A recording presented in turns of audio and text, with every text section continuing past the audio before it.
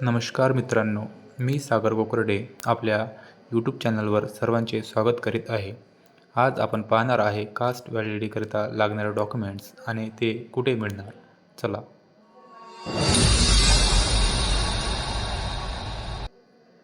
पहिले डॉक्युमेंट्स आहे covering letter. Covering letter आपल्याला शाळेमध्ये 12वीमध्ये किंवा कॉलेजमध्ये मिळते.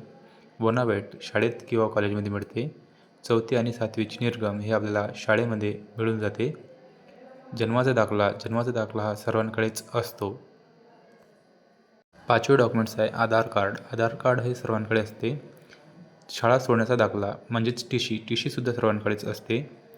जातीचा दाखला, कास्ट सर्टिफिकेट आपल्याला ओरिजिनल लागते. त्यानंतर कोतवाल बुकाची नकल ही आपल्याला 1950च्या आधीची लागते.